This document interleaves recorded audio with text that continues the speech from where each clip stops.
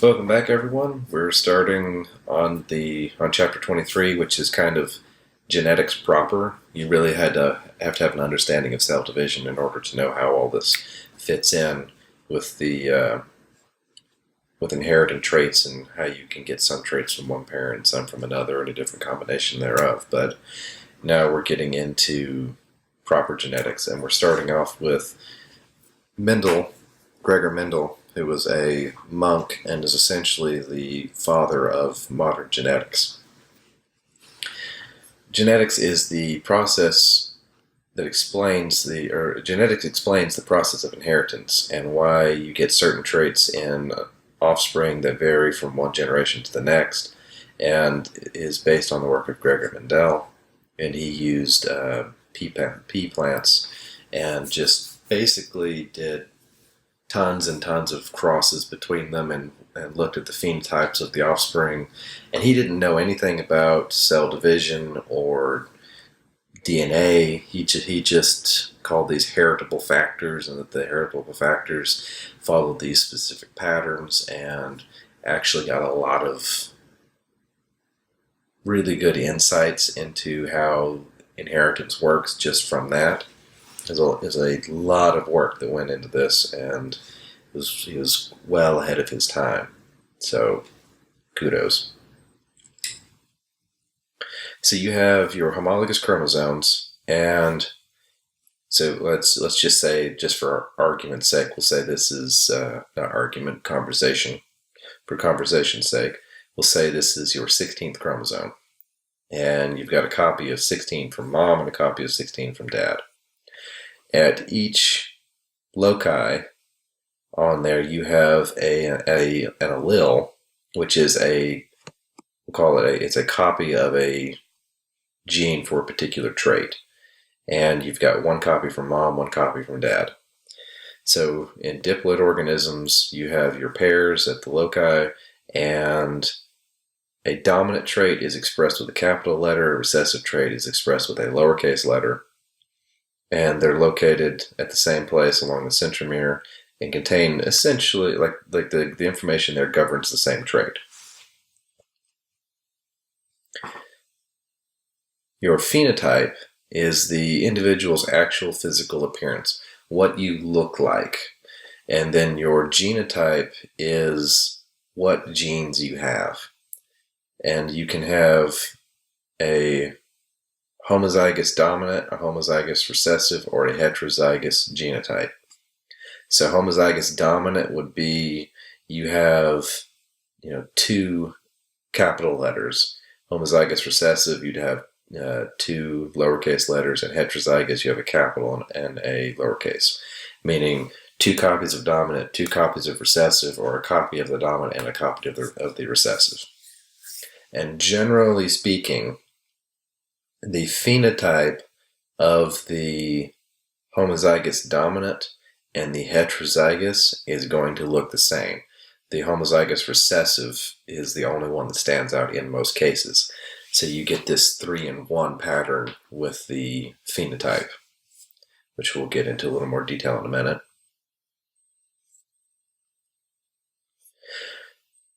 A genotype has two alleles for each trait, whereas a gamete, the sperm, only has one allele for that trait, which we talked about before with meiosis. And then because during meiosis you have the homologous chromosomes separate so that you only get one member of each pair in the gamete, and so therefore you're only passing on one set at a time. Few things when solving your genetics problems. No two letters in a gamete can be the same letter of the alphabet. So don't go and call two different. Don't use the same letter to label two different traits. You will get very confused very quickly. And when you have, like what you're seeing here with the WW, is you're seeing the genotype. So let's say if one person is heterozygous dominant here, then their gametes will either be capital W or capital W. That's the only option. If they're homozygous, then they can either be a capital or a lowercase. So they're either passing on the dominant or the recessive trait. And a few examples of these would be like widow's peak, it's dominant to a straight hairline. The short fingers is dominant to the long finger. And what they're talking about here is your ring finger. If your ring finger is longer than your index finger, then that is a recessive trait. They used to think that was involved with or influenced by how much testosterone you received, or were exposed to in utero, and that a long ring finger could, particularly in females, influence certain, shall we say, life choices. But that has since been disproven as a theory. But it's kind of cool sometimes to see where people got stuff wrong before. So single trait cross, you're going to be doing tons of these Punnett squares to figure out these. You'll be doing tons of Punnett squares to figure out these problems.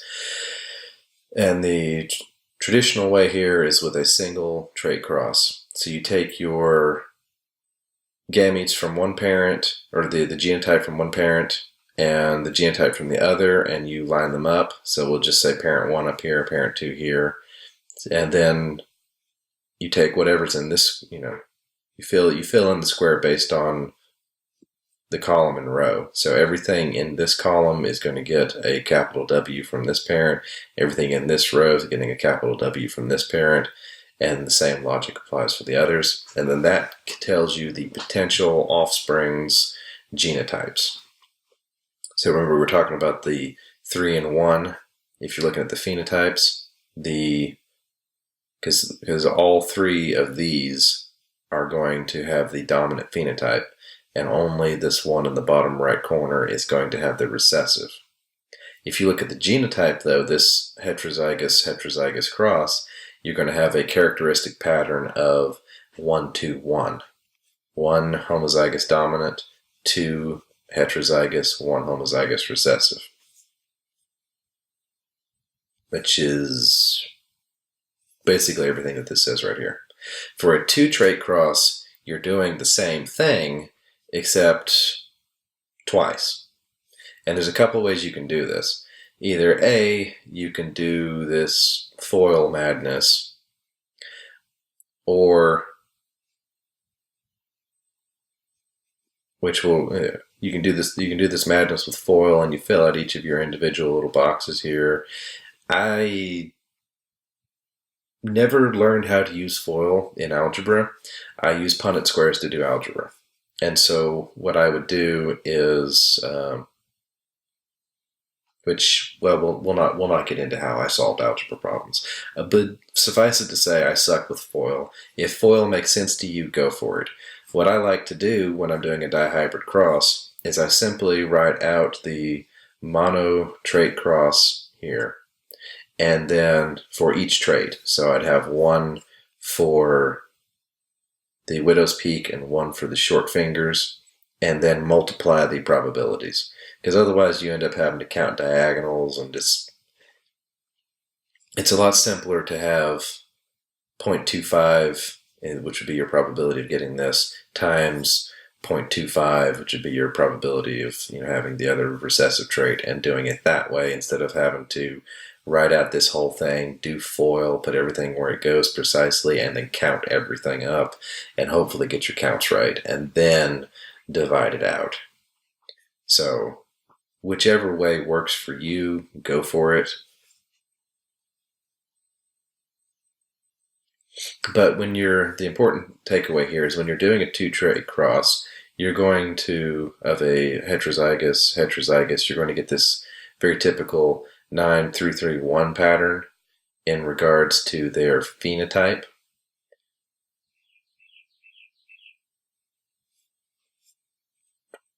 Okay, so then pedigrees.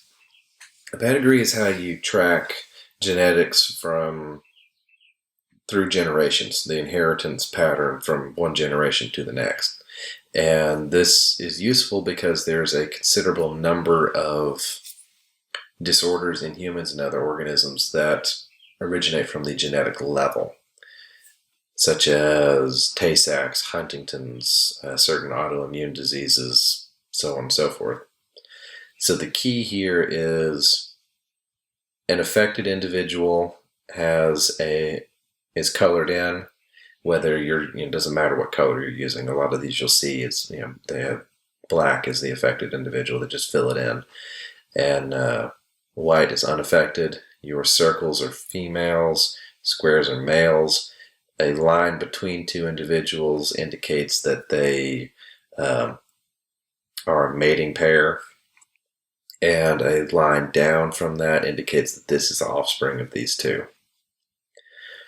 Carriers are unaffected, but they still are capable of having a child with the disorder. So in this case, both of these parents are carriers. So this next bit here, we're going to talk about a few diseases that are of genetic origin and their inheritance pattern. So we're going to talk about some genetic disorders here and their relevant inheritance patterns. The thing you need to know is, for instance, Tay-Sachs is autosomal recessive. You need to know what population it occurs in, that it's caused by a lack of hexaminidase A.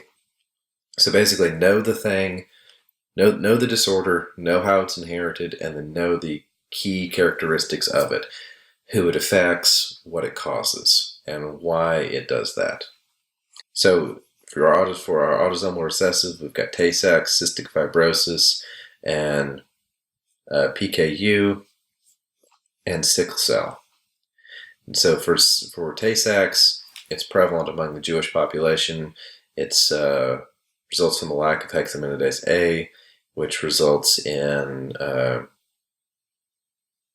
storage disorder in your lysosomes, so then you build up this glycophospholipid in your brain cells, which results in a progressive deterioration of psychomotor functions as the cells die off slowly, essentially. Cystic fibrosis is the most common lethal genetic disorder among Caucasians. Basically, you're not allowing chlorine to pass through plasma membranes and causes abnormally thick mucus in the bronchial tubes and pancreatic ducts, which means everything in the pancreas that's supposed to be shipped out to the rest of the body isn't getting where it goes. And the pancreas does all the things, basically. So if you don't have a functional pancreas, you're in deep trouble. And also the thick mucus in your bronchial tubes makes it really hard to breathe. You can't do gas exchange correctly. PKU, an individual lacks an enzyme necessary for the metabolism of phenylalanine. And the way you treat this is one of the things that you're tested for at birth. That's half the point of that heel stick they do, is testing for PKU. If you have this, they put you on a diet that has as little phenylalanine as possible. And as long as you adhere to that diet, then you're probably going to be fine. But if you ingest a bunch of phenylalanine, then that will result in severe mental retardation and possibly death. So this is an example of something that it's genetic.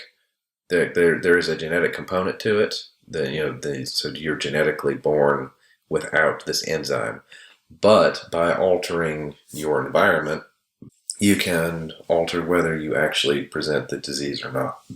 Sickle cell.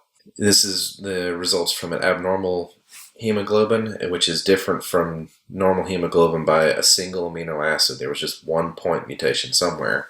And so what ends up happening with this is when the pH of your blood changes, like when it gets out into the capillaries or extremities and it's given up most of its oxygen and takes on a bunch of CO2, that changes the pH, then the hemoglobin will actually polymerize and you end up deforming the red blood cell into this sickle shape.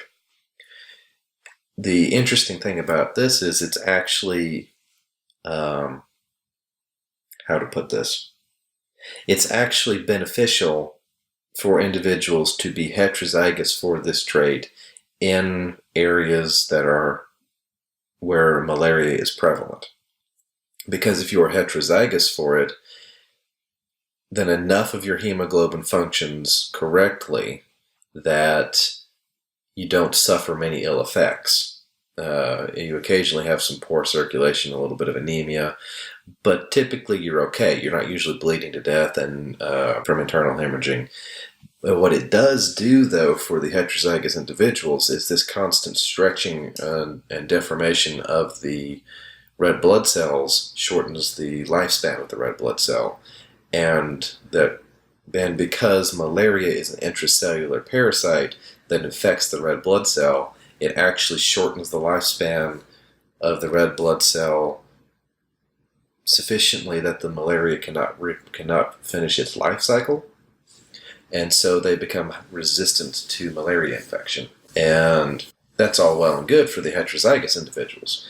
The people who are homozygous recessive for this trait, if they go for a run and they have to breathe too much, then they're the ones that get these internal hemorrhaging and complications and ischemia. It's very, very painful and leads to a shortened lifespan. So this is kind of an example of a very situational system. Under the specific circumstances that you live in an area where there is tons of malaria, this trait is actually selected for. And the people who are heterozygous have a competitive advantage against those who do not have it, or against those who are homozygous, because the homozygous recessives are at such a disadvantage to even to even someone who is infected with malaria. But remember that 1-2-1 pattern. Half the population is going to be heterozygous, so half of your population has the benefits of the malaria resistance with minimal detriment, so it's actually selected for over time. But if you were to remove malaria from the equation, you would see fairly quickly that this trait would be weeded out because it would no longer confer an advantage, and you just have the detriment of the detrimental symptoms. So which this whole thing is basically just a very long way of saying that nature does not select for that which is perfect, it selects for that which works under a given set of circumstances. Okay, so that's recessive out of the way. Autosomal dominant pattern. You have parents are affected, but they can have a child who's unaffected, meaning that these two were both heterozygous, and this was that 1 in 4 child who was homozygous, recessive, from 2 heterozygous parents. And this pattern that you're seeing right here is the telltale way to pick up on homozygous dominant. For autosomal dominant. So autosomal dominant disorders, Marfan's and Huntington's. Marfan's syndrome is caused by a defect in connective tissue in a particular protein called fibrillin, which is present in eyes, bones, fingers, ribs, aorta. Think of there's a very characteristic appearance that you get with this. Think of Abraham Lincoln, that tall, lanky kind of spidery hand, crushed-in chest kind of appearance, you know.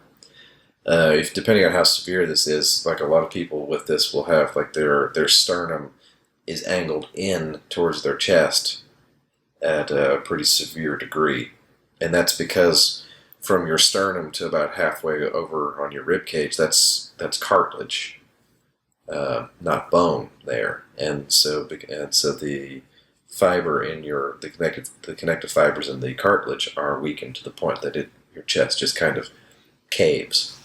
They tend to be very long, lanky, spidery hands, and your aorta is quite weak because it doesn't have the connective tissue to hold it together, and so these individuals are at risk for aortic aneurysms, which would be lethal. And then the other dominant is Huntington's. And this is a neurologic disorder that leads to progressive degeneration of brain cells caused by a copy of a mutation of a copy of the gene for Huntington, which is, I forget who that's named after off the top of my head, but anyway, most patients are normal until they're about middle-aged, usually after they've already had kids. 30s and 40s is when they begin to start showing symptoms. We now have genetic tests to look for the presence of the gene, but just because you have the gene does not necessarily mean you will have the disorder. But if you have 2 copies of it, you're probably going to have it. And it is, having the disorder is dominant to not, so it's really more a question of when. And this is kind of interesting in that it shows anticipation, meaning that from one generation to the next, this particular mutation it's called there's a polyadenylation going on, meaning you're adding multiple adenines into the sequence where you're not supposed to have them, and from one generation to the next you can add more, and that can actually present symptoms sooner, which is kind of terrifying. So that's the basic simple inheritance patterns. Now, beyond that, we have a couple here we have incomplete dominance and codominance. So if something is incomplete dominant, you end up with an intermediate phenotype. So curly hair and straight hair produces wavy, that sort of thing. You just think incomplete, intermediate. Tie those 2 together in your head. And then you have codominance, and the best example of that, the classic example of codominance, is the ABO system on your blood. And when you have codominant alleles, they are both expressed equally. You get both. So, if I can zoom in again here without breaking anything. Okay, so the O here is the absence of A or B, essentially. So for our purposes in this example, O is the recessive one, because that's what happens when you don't have A or B. A is a dominant, B is a dominant, but if you inherit an A and a B, then you express them both since they're codominant, and you have a type AB blood. And the reason this happens is typically because a particular trait has multiple alleles that are influencing it.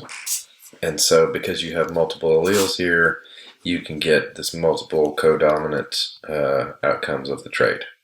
Now when you see this like lowercase I here, what they're indicating is that there is no, just think of that as O, essentially. So you've got parent 1 type A, parent 2 type B. So what are their possible genotypes? Well, they can be AA or AI here, and just think, AO, just to make it a little more relatable. Same thing with B, you can be BB or BI. And then if you're an AB, well, the only type you can be is AB. And then if you're type O, then it's II, meaning you don't have anything, any A or B to add. So then you can look at the genetics of this here. So you have parent who is type A and parent who's type B. This is the possible outcomes. So you can, in fact, have a parent who's A and a parent who's B produce a child who is type O. I have seen people misunderstand this to the point where they suddenly start thinking that they were adopted, or that somebody was, shall we say, less than honest about certain activities, because they couldn't possibly have whatever blood type. It's like, well, my mom's A, my dad's B, I have to be AB. That's not how it works. If they're heterozygous, then you can be type O, or you can be type A or type B. Make sure you thoroughly understand this before you go and try and diagnose relatedness with it, because I don't want to be held responsible for anyone getting decked. So we've got your ABO, but then you also have your RH factor. And the RH factor is so named because it's the rhesus factor, named after the rhesus monkey, which is where it was first discovered. And this system here with the ABO and RH and all the different alleles that add to the antigens on the surface of your red blood cells are a lot more complicated than what we're talking about here, but for our purposes, just know these, ABO and RH. So RH is inherited separate from the ABO, and you're either RH positive or you're RH negative. That's it. That's all there is to it. Now, there are multiple forms of RH. So if you are RH negative, then you have multiple recessive alleles making you RH negative. The reason this is relevant, you always have antibodies. Like if you're type A, you have antibodies against type B, always. Because there are bacteria that you're exposed to that look very similar to type B. And if you're type B, you always have antibodies against type A, because there are bacteria you're exposed to that are very similar to the type A. So that's always there. Type A blood is not compatible with type B blood because your immune system will attack it. That's just how that works. RH, on the other hand, is a little different. If you are an RH positive individual, you're obviously not going to produce antibodies against RH because you'd be destroying your own blood. But if you are an Rh negative individual, unlike with the ABO, you do not innately produce antibodies against Rh. You've never been exposed to it, nor any analog, so you do not fight against it.